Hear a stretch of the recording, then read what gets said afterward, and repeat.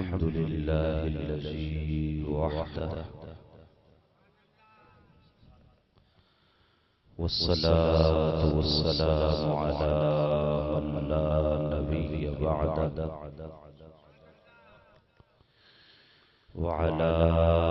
آله وأصحابه الذين أوفوا عهده أما بعد فأعوذ بالله من الشيطان الرجيم بسم الله الرحمن الرحيم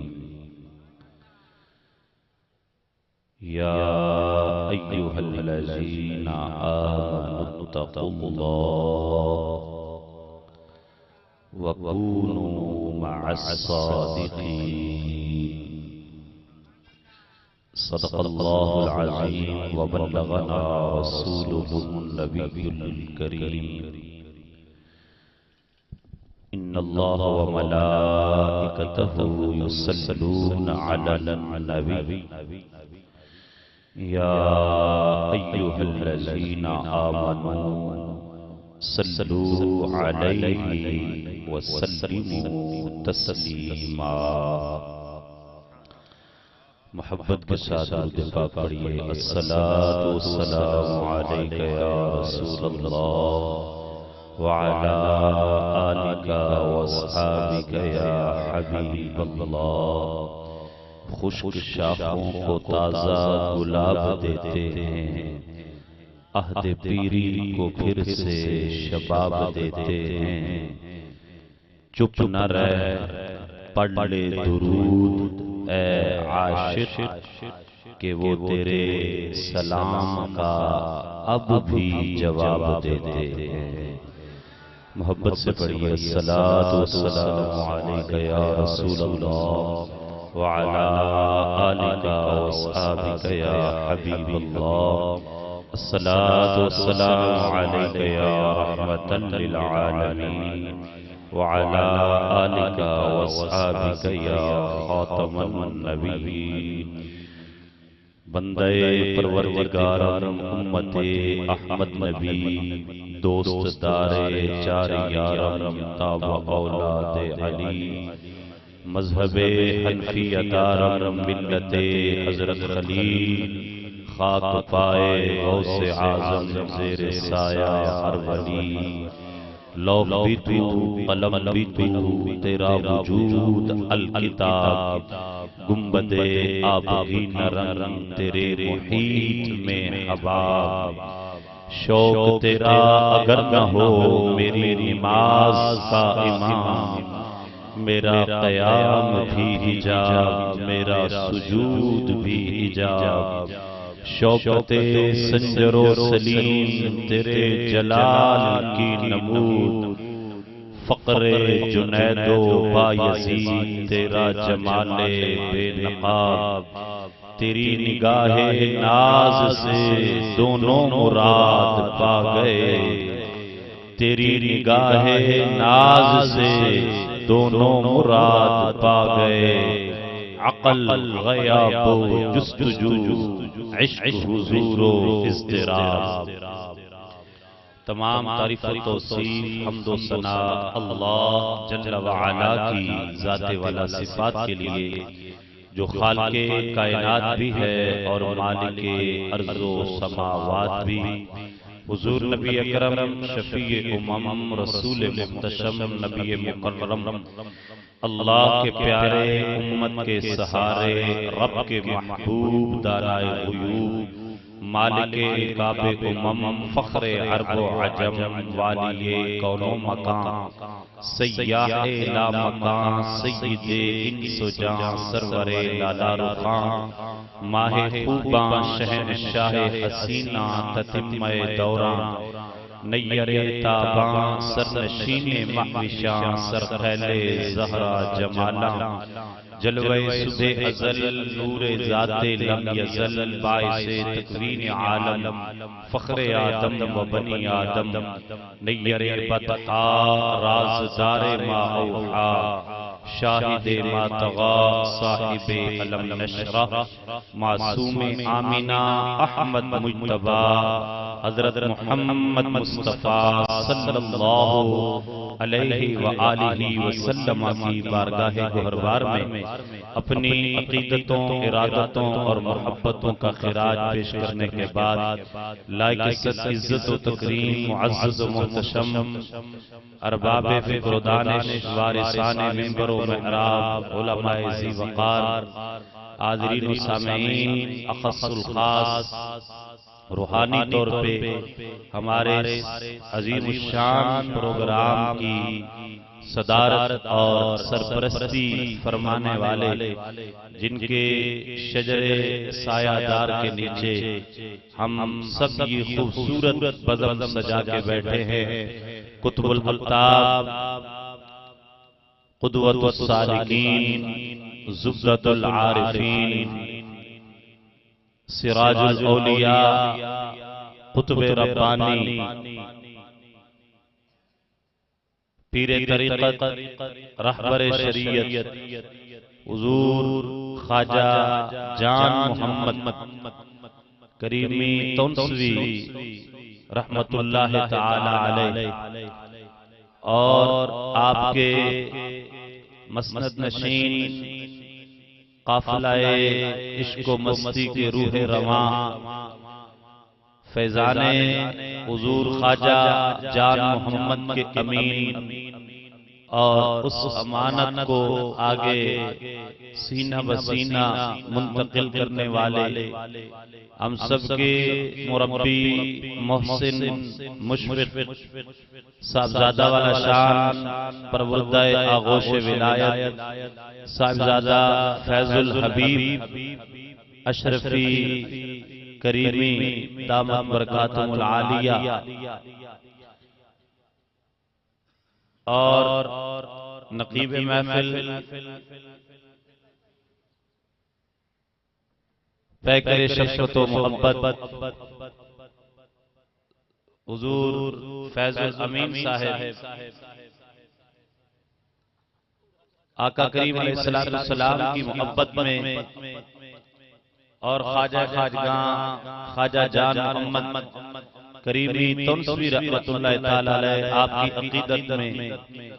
قرب و جوار سے تشریف لائے ہوئے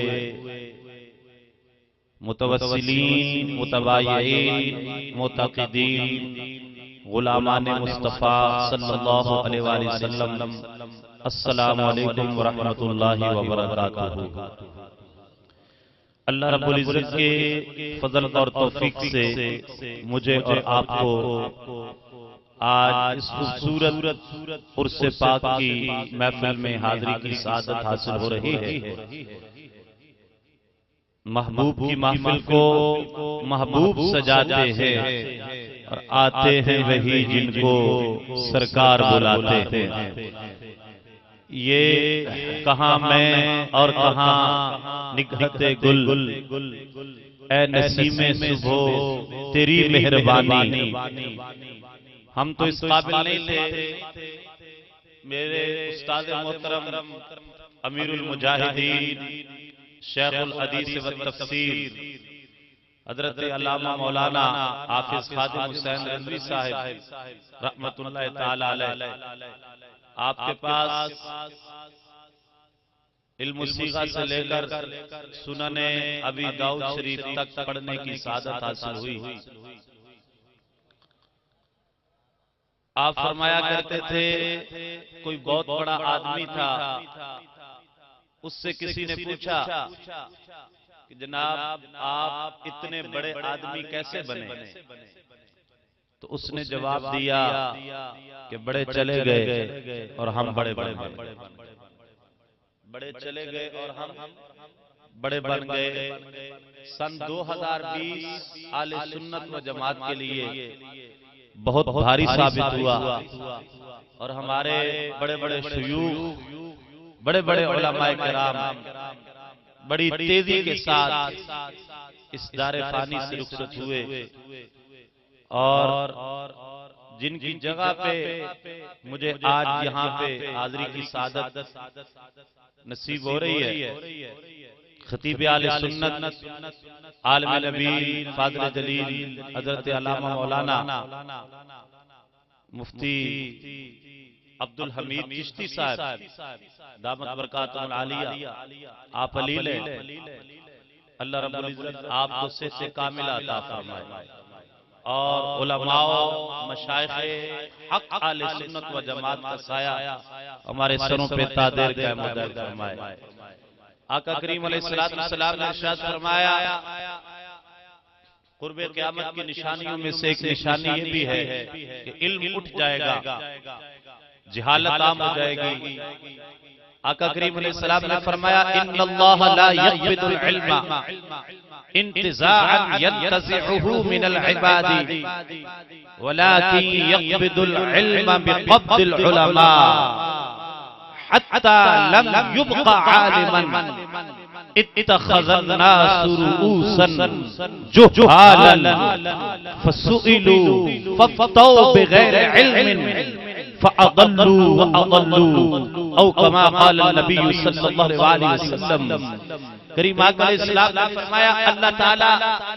دنیا سے علم ایسے نہیں اٹھائے گا کہ کتابیں اٹھ جائیں گی، لائبریریاں ختم ہو جائیں گی، کتب خانے ختم ہو جائیں گے، بلکہ کریم آقا علیہ السلام نے فرمایا قرب قیامت اللہ تعالیٰ علم اٹھا لے گا، اور علم ایسے اٹھے گا کہ اللہ تعالیٰ علماء حق کا سایہ دنیا والوں سے اٹھا لے گا۔ علماء ربانیین یکے بعد دیگرے بڑی سرعت اور تیزی کے ساتھ اس دنیا سے رخصت ہوتے چلے جائیں گے۔ علامہ ڈاکٹر محمد اقبال رحمۃ اللہ تعالی علیہ آپ نے کیا خوب فرمایا تھا، تیری محفل بھی گئی، چاہنے والے بھی گئے، شب کی آہیں بھی گئی، صبح کے نالے بھی گئے، دل تجھے دے بھی گئے، اپنا صلہ لے بھی گئے، آکے بیٹھے بھی نہ تھے کہ اٹھائے بھی گئے، آئے عشاق گئے وعدہ پردہ لے کر، اب ڈھونڈ انہیں چراغے رخ زیبا لے کر۔ اور آپ فرماتے ہیں جہاں پانی سے ہے دشوار درکارے، جہاں پینی جگر خون ہو تو چشمے دل میں ہوتی ہے نظر پیدا، نواب پیرا ہو اے بلبل کہ ہو تیرے ترنم سے، کبوتر کے تنے نازک میں شاہی کا جگر پیدا، اور ہزاروں سال نرگس اپنی بے نوری پہ روتی ہے، بڑی مشکل سے ہوتا ہے چمن میں دیدور پیدا، تیرے سینے میں ہے پوشیدہ راز زندگی کہہ دے، مسلمان سے حدیث سوز و ساز زندگی کہہ دے۔ صدیوں بعد عالم ربانی علماء ایسے حق بیان کرنے والے وہ پیدا ہوتے ہیں، لیکن میرے محبوب علیہ السلام نے فرمایا اللہ تعالیٰ علم ایسے اٹھائے گا کہ علماء حق کا سایہ دنیا والوں سے اٹھ جائے گا، حتی لم یبقى عالما، فرمایا یہاں تک کہ کوئی ایک بھی عالم ربانی اس دنیا میں نہیں بچے گا۔ پھر کیا ہوگا؟ آقا کریم علیہ السلام نے فرمایا کہ پھر لوگ جاہلوں کو اپنا امام بنا لیں گے، جہالا کو اپنا امام بنا لیں گے، جن کو نہ شریعت کا پتہ ہوگا، نہ آداب طریقت کا پتہ ہوگا، نہ وہ طریقت کے اسرار و رموز سے واقف ہوں گے، اور نہ ہی شریعت کے قوانین کو جانتے ہوں گے۔ لوگ ان جاہلوں کو اپنا امام بنائیں گے، اور پھر ان سے مسئلے پوچھے کریں گے، ان سے سوال پوچھیں گے، ان سے فتاوی جانچ کریں گے، ففتوا بغیر علم، اور وہ ایسے بدبخت ہوں گے کہ وہ بغیر علم کے لوگوں کو فتوے دیں گے، بغیر تحقیق کے، بغیر ریسرچ کے لوگوں کو فتوے دیا کریں گے۔ فضلوا واضلوا، وہ خود بھی گمراہ ہوں گے، وہ عوام کو بھی گمراہ کیا کریں گے۔ تو علماء کا اتنی تیزی سے چلے جانا یہ ہمارے لیے کوئی نیک شگون نہیں ہے۔ اب میں نے جو آیت کریمہ آپ کے سامنے پڑھی ہے، جو وقت مجھے حضرت کی طرف سے عنایت کیا گیا، آپ کی بے حد لطف و مہربانی اور عنایت، اور یقین جانیے یہ بلا مبالغہ میرے کہنے سے تو نہ آپ کی شان بڑھ جائے گی اور نہ کم ہو جائے گی۔ میرے دل نے جو محسوس کیا انوار و تجلیات کی ایک بارش ہے اور روحانیت کا ایک بحر بے قرار، ایک ٹھاٹھے مارتا سمندر ہے جو 39 شریف کی سرزمین پہ رواں دواں ہے۔ آپ خوش قسمت ہیں کہ آپ یہاں پہ رہ کے ان کے فیضان سے سیراب ہو رہے ہیں۔ اب اس کی برکات کیا ہے؟ اللہ رب العزت نے قرآن مجید برہان رشید کے اندر ارشاد فرمایا، یا ایھا الذین آمنوا اتقوا اللہ وکونوا مع الصادقین، اے ایمان والو اللہ سے ڈرو اور سچوں کے ساتھ ہو جاؤ، سچے لوگوں کی سنگت اختیار کرو، سچے لوگوں کی صحبت اختیار کرو۔ اب ہوگا کیا جب سچے لوگوں کے پاس بیٹھیں گے، ان کی سنگت اختیار کریں گے، ان کی صحبت اختیار کریں گے، ان کی بیعت کریں گے، ان کے آستانے پہ آئیں گے، ان کے قدموں میں آئیں گے، تو فائدہ کیا ہوگا؟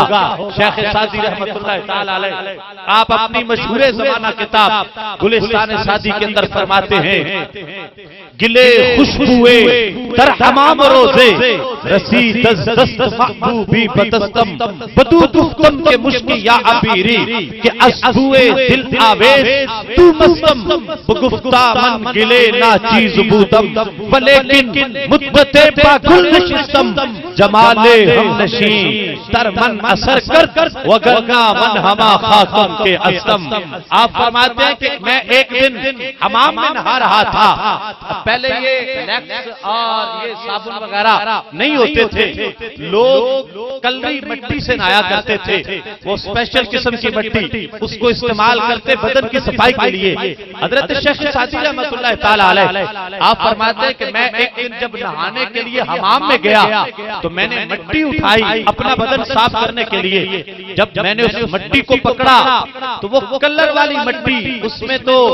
ہلکی ہلکی سمیل ہوتی ہے، ایک اس کی اپنی عجیب قسم کی خوشبو ہوتی ہے۔ آپ فرماتے ہیں کہ جب میں نے وہ مٹی اٹھائی اور میں نے اس کو اپنے چہرے کے قریب کیا تو اس مٹی سے مشک و عنبر کی خوشبو آ رہی تھی، وہ مٹی کو نافع عرض معلوم ہوتی تھی۔ آپ فرماتے ہیں کہ میں حیران ہو گیا کہ یار یہ تو مٹی ہے، لیکن مٹی سے مشک و عنبر کے حلے آ رہے ہیں، خوشبوئیں آ رہی ہیں، وجہ کیا ہے؟ آپ فرماتے ہیں میں نے مٹی کو مخاطب کر کے پوچھا کہ اے مٹی مجھے بتا تو صحیح، میں تو سمجھا تھا کہ تو مٹی ہے، اب تو مجھے بتا کہ تو مشک ہے یا عنبر ہے، کہ تیری اتنی پیاری خوشبو ہے، میرا تو دل مست ہو گیا ہے، میرا دل تیری خوشبو میں لٹک گیا ہے، مجھے بتا کہ تو کیا چیز ہے اور یہ خوشبو کہاں سے آئی ہے، یہ نکھار کہاں سے آیا ہے؟ وہ مٹی کہنے لگی بگفتہ من گلے نا چیز بودم ولیکن مدت پاگل نشستم۔ شیخ سعدی کہتے ہیں مٹی نے کہا اے شیخ میں تو پہلے مٹی تھی اب بھی مٹی ہوں، اچھا اگر تو مٹی ہے تو پھر یہ خوشبو کہاں سے آ گئی؟ مٹی میں خوشبو نہیں ہوتی ہے، مٹی کے اندر مشک و عنبر کے حلے نہیں ہوتے، یہ خوشبو کہاں سے آئی؟ وہ کہنے لگی ہاں شیخ میں مٹی ہوں لیکن میں چند لمحے پھولوں کی صحبت میں بیٹھی ہوں، میں نے چند لمحے پھولوں کی سنگت میں گزارے ہیں، جمال ہم نشین تر من اثر کر۔ آپ کو مٹی کہنے لگی کہ یہ ہم نشین کے جمال نے جن پھولوں کی سنگت میں میں بیٹھی ہوں ان کی صحبت اور سنگت کا یہ کمال ہے کہ میرے اندر بھی مشک و عنبر کی خوشبو آ گئی ہے۔ فرماتے ہیں میں تو پہلے بھی مٹی تھی، میں اب بھی مٹی ہوں، پھولوں کے پاس بیٹھی تو فائدہ یہ ہوا کہ میرے بدن میں بھی خوشبو آ گئی ہے۔ سوچنے والوں کے لیے فاعتبروا یا اولی الابصار، آنکھوں والوں کے لیے نشانیاں ہیں۔ یار اگر مٹی ہو اور مٹی بھی سادہ نہیں، کلری مٹی ہو اور وہ چند لمحے گلاب کے پھولوں کے پاس بیٹھے اور اس کے بدن میں خوشبو آ جاتی ہے، اس کے بدن میں مشک و عنبر کے جھونکے آ جاتے ہیں، تو پھر یہ جو کلمہ گو سرکار دو عالم علیہ السلام کی محبت کا قدم بھرنے والے جب کریم آقا علیہ السلام کے ایک عاشق صادق فنا فی الرسول عابد و زاہد میرے خواجہ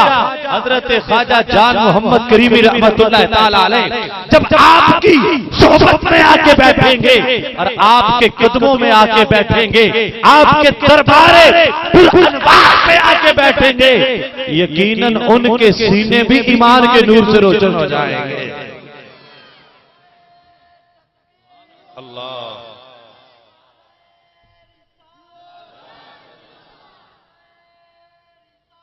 یا رسول یا اکثر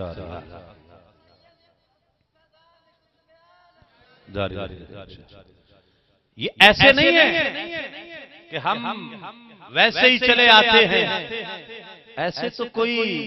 10 بندوں کو اکٹھا کرنا ہو تو بڑا مشکل ہو جاتا ہے،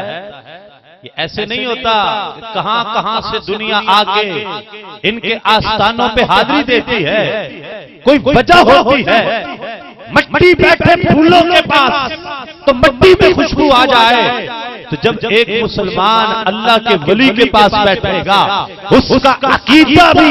معطر ہو جائے گا، اس کا ایمان بھی معطر ہو جائے گا،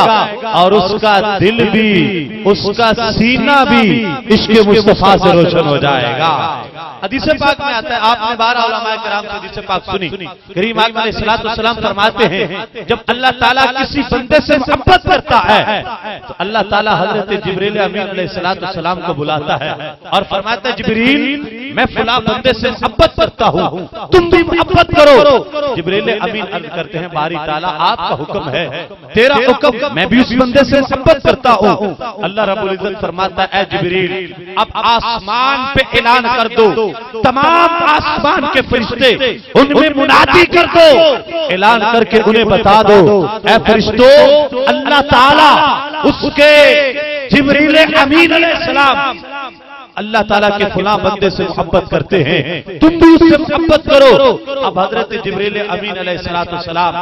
آپ تمام آسمان کے فرشتوں میں اعلان کر دیتے ہیں کہ اے فرشتوں اللہ تعالیٰ اور میں جبرائیل اللہ کے فلاں بندے سے محبت کرتے ہیں، تم بھی اس سے محبت کرو۔ اب آسمان کے فرشتے وہ بھی اس سے محبت کرتے ہیں، یا اللہ سب کو اعلان کر دیا ہے۔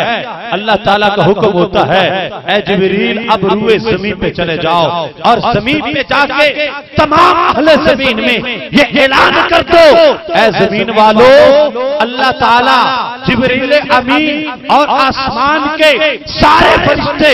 اللہ کے فلاں بندے سے محبت کرتے ہیں، تم بھی اس سے محبت کرو۔ اب حضرت جبریل امین علیہ السلام آپ زمین پہ آ کے تمام اہل زمین میں یہ اعلان کرتے ہیں اے زمین والو سن لو اللہ تعالیٰ جبریل امین علیہ السلام سارے فرشتے، اگر میں یوں کہوں یقیناً یہ نام بھی لیا ہوگا کہ اے زمین والو اللہ تعالیٰ اس کے فرشتے اور میں جبرائیل خواجہ جان محمد کریمی سے محبت کرتے ہیں، تم بھی محبت کرو۔ کریم آقا علیہ السلام نے فرمایا پھر اس بندہ مومن کی محبت تمام دنیا والوں کے دل میں ڈال دی جاتی ہے، اہل ایمان کے سینوں میں اللہ کے ولی کی محبت ڈال دی جاتی ہے، اور پھر ہوتا یہ ہے کہ جب وہ لوگ اٹھتے ہیں ان کے دلوں میں اللہ کے ولی کی محبت پیدا ہو چکی ہوتی ہے اور وہ سارے ان کے دیوانے ہو جاتے ہیں۔ تو یہ جو آپ دور و نزدیک سے تشریف لائے ہوئے ہیں یہ خود نہیں آئے ہوئے، کسی کے بلائے ہوئے ہیں، اور یہ محبت دلوں میں ڈالی جاتی ہے۔ اب سوال یہ پیدا ہوتا ہے کہ اگر محبت دل میں ڈالی جاتی ہے تو جو نہیں مانتے پھر ان کے دل کو کیا ہوا؟ وہ کیوں نہیں آتے اور وہ مانتے کیوں نہیں ہیں؟ میں نے کہا سوال بڑا سادہ اور جواب بھی بڑا آسان سا ہے۔ بارش اللہ تعالیٰ کی رحمت ہے کہ نہیں ہے؟ اللہ کی رحمت ہے، بارش اللہ تعالیٰ کی رحمت ہے۔ اور آپ ذمہ دار لوگ بیٹھے ہیں، میرا تعلق بھی ایک ذمہ دار گھرانے سے ہے، عوام فیملی سے تعلق رکھتا ہوں، تو ذمہ داروں کو بارش کا بڑا انتظار ہوتا ہے۔ جب وہ روڑی وغیرہ کرنی ہوتی ہے، فصل بیجتے ہیں، بیج بو دیا جاتا ہے، اب پانی لگانا ہوتا ہے، کہتے ہیں کاش کہ بارش ہو جائے، ہماری فصل اچھی ہو جائے گی۔ تو بارش ہوتی ہے تو وہ خوش ہوتے ہیں کہ بارش ہوئی ہے اور ان کی فصل اچھی تیار ہوتی ہے۔ لیکن وہ بارش جب گندم کے کھیت پہ برستی ہے، جب چاول کے کھیت پہ برستی ہے، جب آم اور مالٹے کے درخت پہ برستی ہے تو ان میں رس بھر جاتا ہے، ان میں وہ اناج زیادہ پیدا ہوتا ہے۔ گندم کے کھیت پہ بارش ہو تو گندم کا دانہ موٹا ہوتا ہے، چاول کے کھیت پہ بارش ہو تو چاول کا دانہ موٹا ہوتا ہے، آم کی فصل پہ بارش ہو آم پک جاتا ہے، جامن پکنے پہ آئے ساون کا مہینہ ہو پھر بارش ہو جائے جامن پک کے تیار ہو جاتے ہیں۔ وہی بارش ہے جو جامن بھی پکا رہی ہے، وہی بارش ہے جو آم بھی پکا رہی ہے، وہی بارش ہے جو گندم کے دانے کو موٹا کر رہی ہے۔ لیکن وہی بارش جب کوڑے کے ڈھیر پہ برستی ہے تو وہاں سے وہ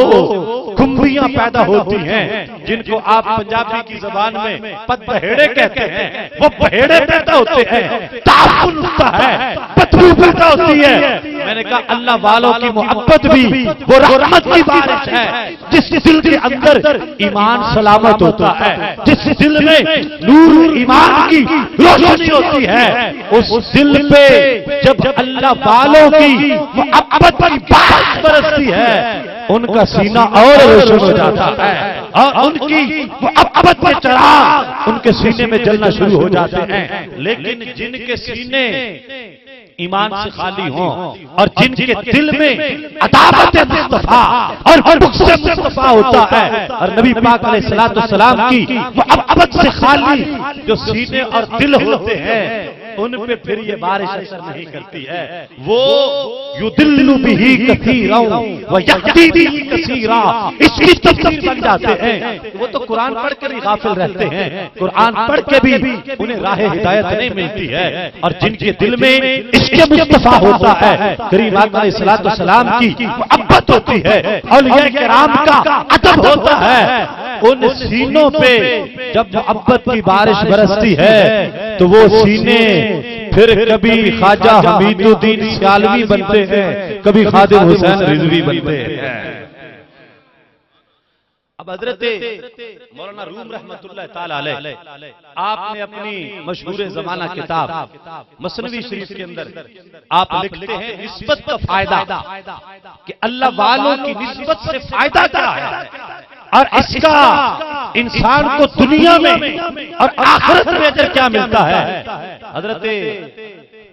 مولانا روم رحمت اللہ تعالی علیہ آپ نے ایک بڑی خوبصورت مثال دی۔ آپ فرماتے ہیں کہ جو ہے نا وہ ایک دن کوئی عیالی اپنی بکریاں لے کے جنگل میں گیا ہوا تھا، بکریاں چرا رہا تھا کہ اچانک بھیڑیے نے حملہ کر دیا، جسے آپ بگیاڑ کہتے ہیں نا اپنی پنجابی زبان میں، بگیاڑ بھیڑیا، اس نے حملہ کر دیا۔ جب حملہ آور ہوا، یاد رکھنا اللہ والوں سے محبت کرنے والوں، اللہ والوں کی نسبت بڑی چیز ہے اور خدا دے یہ دولت بڑی چیز ہے۔ کبھی اولیاء کا دامن اپنے ہاتھ سے نہ چھوڑنا، کبھی علماء کا دامن اپنے ہاتھ سے نہ چھوڑنا۔ آج بھی بڑے بڑے بھیڑیے ہیں جو آپ کے ایمان پہ ٹاکر ہوتے ہیں اور مختلف طریقوں سے آپ کا ایمان لوٹنے کی کوشش کرتے ہیں۔ آپ مولانا روم رحمت اللہ تعالی علیہ آپ فرماتے ہیں کہ وہ عیالی بکریاں لے کر گیا ہوا تھا، بکریاں چر رہی تھیں کہ بگیاڑ نے حملہ کر دیا۔ جب حملہ کیا تو بکریاں دوڑ پڑی، بگیاڑ بھیڑیاڑ پیچھے پیچھے، بکریاں آگے آگے. آپ فرماتے ہیں کہ اب ساری کے پیچھے تو دوڑ نہیں سکتا تھا، کسی ایک کا انتخاب کرنا تھا، تو اب ایک بکری آگے آگے دوڑ پڑی اور بھیڑیا پیچھے پیچھے دوڑ پڑا. دوڑتے گئے، بکری آگے آگے، بھیڑیا پیچھے پیچھے دوڑتے جا رہے ہیں. آپ فرماتے ہیں کہ دوڑتے دوڑتے آگے دلدل آ گئی. اب پیچھے بھیڑیا تھا، آگے دلدل تھی، بچنے کا راستہ کوئی نہیں. بکری نے آؤ دیکھا نہ تاؤ، جان بچانے کی خاطر اس دلدل کے اندر چھلانگ لگا دی. جب بکری نے دلدل میں چھلانگ لگائی تو بکری پھنس گئی. اب نہ آگے جوگی نہ پیچھے جوگی، وہیں پر رک جاتی ہے. آپ فرماتے ہیں کہ بھیڑیا وہ بھی ہوس کا مارا ہوا تھا، بھوک کا ستایا ہوا. اس نے بھی کہا کہ چلو شکار پھنس گیا ہے. اب اس نے بھی نہ آگا دیکھا نہ پیچھا، نہ دلدل دیکھی نہ زندگی نہ موت، بکری کے پیچھے چھلانگ لگا دی. اب بکری چند فٹ آگے پھنسی پڑی ہے، بھیڑیا چند فٹ پیچھے پھنسا پڑا ہے. اب بکری آگے ہے وہ پیچھے ہے، نہ بکری نکل سکتی ہے نہ بھیڑیا نکل سکتا ہے. اب دونوں ایک دوسرے کا منہ دیکھ رہے ہیں. وقت گزرتا گیا، سورج ڈھلنا شروع ہوا. جب شام کے دھندل کے چھانے لگے، توجہ کرنا ذرا، آپ بڑی محبت سے سن رہے ہیں. اللہ تعالیٰ آپ کو خواجہ جان محمد کے فیضان سے سیراب فرمائے. اس بات کو ذرا غور سے سننا. آپ فرماتے ہیں جب شام کے دھندل کے سائے ڈھلنے لگے تو بکری نے دیکھا کہ شام پڑ رہی ہے. اب بکری بھیڑیے کو دیکھ دیکھ کے مسکرانے لگی، ہنسنے لگی. بکری بھیڑیے کو دیکھے اور مسکرائے. بھیڑیے کو غصہ آئے، اسے کہے بھی تو مجھے دیکھ کے مسکراتی کیوں ہے، تو مجھے دیکھ کے ہنستی کیوں ہے. بکری دیکھے اور ہنسے، پھر خاموش ہو جائے. تھوڑی دیر بعد پھر بھیڑیے کو دیکھے، پھر ہنسے، خاموش ہو جائے. بھیڑیے نے پوچھا، اسے اور غصہ آیا کہ ایک تو میں اس کا شکار نہیں کر سکا، بھوک سے مر رہا ہوں، اور اب یہ میرا تن اڑا رہی ہے، میرا مذاق کر رہی ہے، ہنستی ہے دیکھ کے.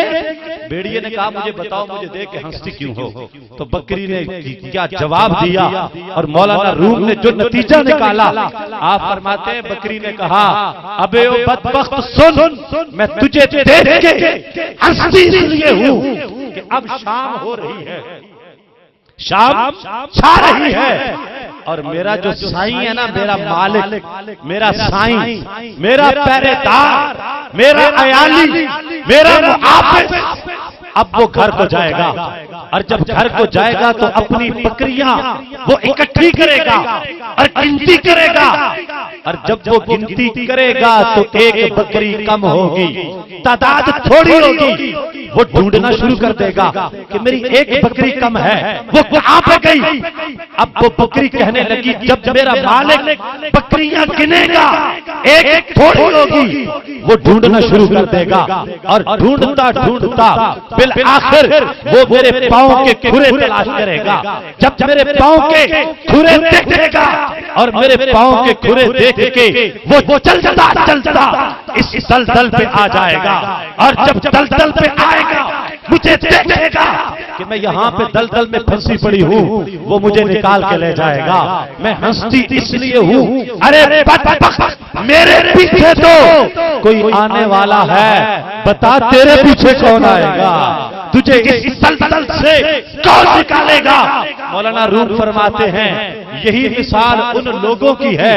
جن کی نسبت اللہ والوں کے ساتھ ہو جاتی ہے کہ جب کوئی مرید کسی مصیبت میں پھنس جاتا ہے، چاہے وہ مصیبت بد عقیدگی کی مصیبت ہو یا بد اعمالیوں کی مصیبت ہو یا وہ اثر آدر کے مختلف فتنوں کی مصیبتیں ہوں یا وہ کسی بھی شکل میں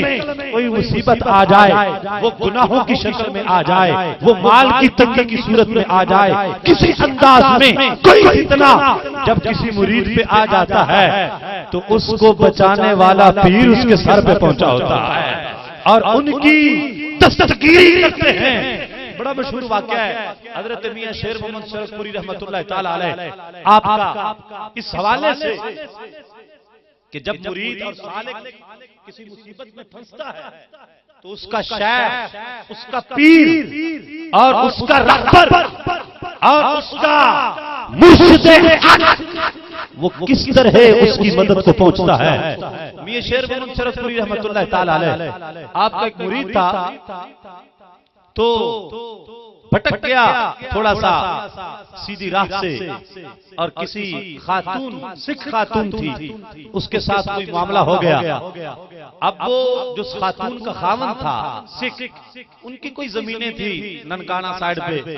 وہ اپنی زمینوں کی دیکھ بھال کے لیے کبھی کبھی جایا کرتا۔ تو اس خاتون نے کہا، میاں صاحب کا جو مرید تھا جس کے ساتھ معاشقہ ہوا، کہنے لگی کہ فلاں دن کو میرے خاوند نے چلے جانا ہے تو تم آ جانا۔ اب وہ چلا گیا حسب وعدہ۔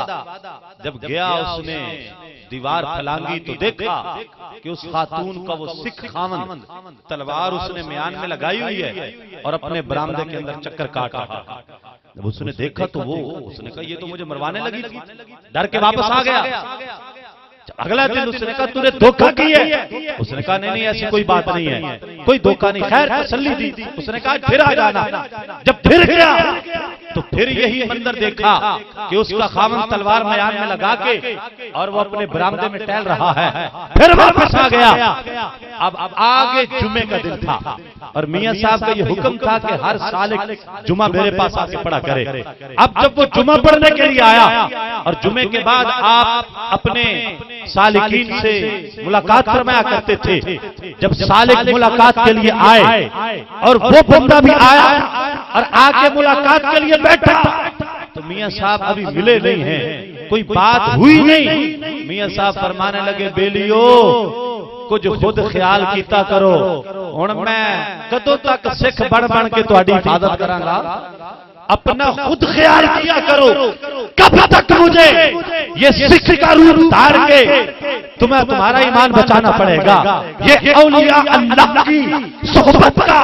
اور ان کی نسبت کا فیض ہے کہ جب بندہ کسی مصیبت میں پھنستا ہے اور برائی کی طرف جانے لگتا ہے تو اللہ کے ولی چاہے وہ زندہ ہوں چاہے اپنے مزار پر انوار کے اندر ہوں، وہ اپنے مرید کی دستگیری فرماتے ہیں اور راہ راست پہ لے کے آتے ہیں۔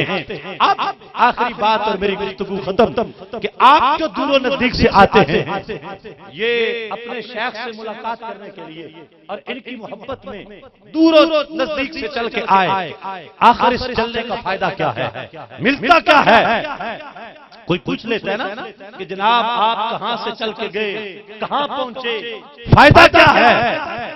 آقا کریم علیہ السلام نے مشکات شریف کے اندر بھی حدیث پاک موجود ہے اور امام غزالی علیہ رحمہ نے احیاء العلوم کے اندر بھی اس کو روایت فرمایا۔ کریم آقا علیہ السلام فرماتے ہیں کہ ایک بندہ اپنے گھر سے نکلتا ہے اپنے ایک مسلمان بھائی سے ملاقات کرنے کے لیے، جب وہ اپنے گھر سے نکلتا ہے تو فرمایا کہ راستے میں اس کی ملاقات ایک بندے سے ہو جاتی ہے، وہ اس سے پوچھتا ہے کہ بھائی جان آپ کہاں جا رہے ہیں، کدھر کا ارادہ ہے؟ تو وہ کہتا ہے کہ میں فلاں بندے کے پاس جا رہا ہوں، اپنے مسلمان بھائی سے ملاقات کے لیے جا رہا ہوں۔ اب وہ پوچھتا ہے کہ کیا اس بندے نے تم پہ کوئی احسان کیا ہے کہ اس کا شکریہ ادا کرنے جا رہے ہو؟ کہتا ہے جی نہیں۔ اچھا کیا اس بندے کے ساتھ کوئی خونی تعلق ہے کہ تم اس سے ملاقات کے لیے جا رہے ہو؟ کہتا ہے جی نہیں۔ تو فرمایا کیا اس بندے نے کوئی تم نے اس کا قرضہ دینا ہے اس لیے جا رہے ہو؟ کہتا جی نہیں، نہ اس کا قرض دینا ہے، نہ اس سے کوئی خونی رشتہ ہے، نہ اس کا کوئی احسان ہے مجھ پہ۔ تو کہتا ہے پھر ملنے کی وجہ کیوں ملنے کے لیے جا رہے ہو؟ تو وہ کہتا ہے اس لیے کہ میں اپنے اس مسلمان بھائی سے صرف اللہ کی رضا کے لیے محبت کرتا ہوں، صرف رضا الہی کی وجہ سے میں اس بندے سے محبت کرتا ہوں اور اس محبت کی وجہ سے میں اس سے ملاقات کرنے کے لیے جا رہا ہوں۔ اب وہ بندہ کہتا ہے تو پھر تجھے مبارک ہو، میں انسانی شکل میں اللہ کا بھیجا ہوا فرشتہ ہوں اور میرے اللہ نے مجھے تیری طرف بھیجا ہے کہ میں تجھ سے ملاقات کروں اور تجھے یہ خوشخبری دوں کہ تو اللہ رب العزت تجھ سے فرماتا ہے کہ تو اللہ کی رضا کے لیے اللہ کے جس بندے سے محبت کرتا ہے اللہ رب العزت اس محبت کی وجہ سے تجھ سے محبت کرتا ہے۔ کہ تو اللہ کے بندے سے محبت کرتا ہے نا اللہ کے لیے، اللہ کی رضا کی خاطر تو اللہ کے بندے سے محبت کرتا ہے، تو اللہ کا وہ بندہ جس سے تو محبت کرتا ہے اور اس محبت کی وجہ سے تو اس سے ملنے کے لیے جا رہا ہے۔ آج یہ جتنے لوگ، آپ جتنے مریدین، سالکین، متباعین اس آستانہ پہ آئے ہیں، بتائیے کیا کوئی قرضہ لینے آیا ہے؟ جی کیا کوئی صاحبزادہ صاحب سے قرض لینے کے لیے آیا؟ نہیں۔ یا ان کا قرضہ واپس لینے آیا؟ نہیں۔ یا کوئی خونی تعلق ہے؟ کوئی نہیں ہے۔ میں کہاں لاہور کا رہائشی اور یہ حضور قطب عالم کا آستانہ کہاں، میں اور آپ سارے ہم یہاں پہ جمع ہوئے تو جمع ہونے کا جمع ہونے کا مقصد صرف ایک ہے، الحب فی اللہ والبغض فی اللہ، اللہ کی محبت میں، کیونکہ ان لوگوں نے اپنی زندگیاں اللہ کی محبت میں گزاری ہیں اور اپنی ساری زندگی یاد الہی میں بسر کی ہے۔ پھر یہ رب کا وعدہ ہے، فَاذْكُرُونِي أَذْكُرْكُمْ، تم میرا ذکر کرو۔ میرے بریلی کے تاجدار نے اس آیت کا جو ترجمہ کیا ہے نا، یقین جانیے وہ فطرت اور قدرت کے عین مطابق، شریعت کے عین مطابق ہے، اور اس کا اظہار ہر جگہ پہ نظر آتا ہے۔ بریلی کے تاجدار نے اس آیت کریمہ کا ترجمہ یوں کیا، کسی نے کہا تم میرا ذکر کرو میں تمہارا ذکر کروں گا، کسی نے ترجمہ کیا تم مجھے یاد کرو میں تمہیں یاد کروں گا، کسی نے کیا ترجمہ، کسی نے کیا، بریلی کے تاجدار نے ترجمہ کیا، تم میرا ذکر کرو میں تمہارے چرچے کروں گا، تم میرا ذکر کرو میں تمہارے چرچے کروں گا۔ ان ہستیوں نے ساری زندگی اللہ کے ذکر میں گزاری ہے، اور پھر خواجہ صاحب کا ذکر کرنے کا انداز وہ تو آپ جانتے ہیں کہ کس طرح یہ فنا فی اللہ اور فنا فی الرسول ہستی تھے۔ جب رات کے وقت مسجد میں یاد الہی کے لیے اور عبادت الہی کے لیے جاتے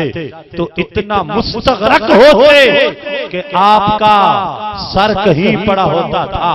دھڑ کہیں پڑا ہوتا تھا، ٹانگ کہاں ہوتی تھی، بازو کہاں ہوتے تھے، ہر اس الگ الگ ہو کے اپنے رب کی یاد میں مصروف ہوتا تھا۔ اللہ پاک نے پھر اپنا وعدہ سچ کر دکھایا، اے جان محمد، اے جان عالم، تو نے جان مار کے ہمیں یاد کیا ہے، اب تو دنیا سے چلا جائے گا، قیامت تک دنیا میں ہم تیرے چرچے کر دیں گے۔ اللہ تعالیٰ نے چرچے کیے ہیں ہستیوں کے، جن کی وجہ سے ان سے دنیا سے چلے جانے کے بعد بھی ان کا تصرف اور ان کی محبت آج بھی سینوں میں انڈیلی جا رہی ہے اور موجود ہے۔ تو وہ فرشتہ کہتا ہے، اے اللہ کے بندے، تو جو اس اپنے مسلمان بھائی سے اللہ کی رضا کے لیے محبت کرتا ہے، اس محبت کی وجہ سے اللہ تعالیٰ تجھ سے محبت کرتا ہے۔ اور کریم آقا علیہ السلام نے فرمایا، قیامت کے دن اللہ رب العزت اعلان فرمائے گا، این المتحابون بجلالی، وہ کہاں ہیں وہ لوگ جو میرے جلال کی وجہ سے آپس میں محبت کیا کرتے تھے، اور کوئی وجہ نہیں تھی محبت کی، پیار کی،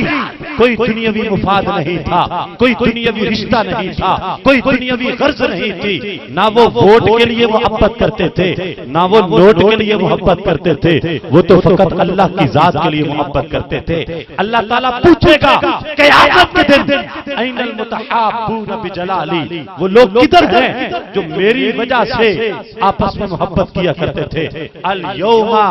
اذلھم، آج میں انہیں اپنے عرش کے سائے کے نیچے انہیں جگہ عطا فرماؤں گا۔ تو جن لوگوں کو قیامت کے دن اللہ کے عرش کے سائے کے نیچے جگہ ملے گی، یہ وہ لوگ ہوں گے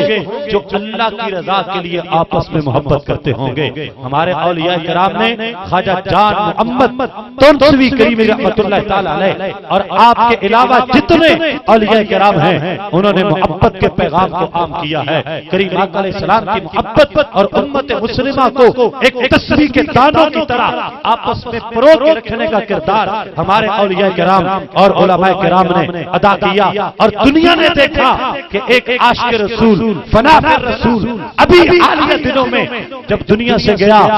تو ہر فرقے سے بالا تر ہو کر لوگ اس عاشق صادق کے جنازے میں پہنچے ہوئے تھے، ساری امت اکٹھی تھی اور ہر بندہ اپنے پرائے کہہ رہے تھے رسول اللہ کا سچا غلام دنیا سے جا رہا ہے۔ تو پتہ چلا مسلک اہل سنت و جماعت، ان اولیاء کرام کا مسلک اور ان ہمارے مشائخ کا مسلک بھئی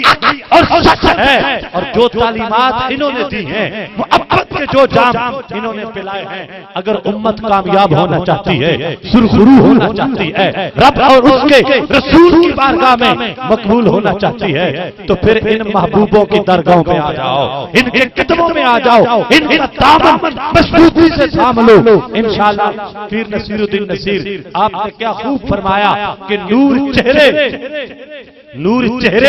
تو آنکھوں میں اجالے ہوں گے، مصطفیٰ والوں کے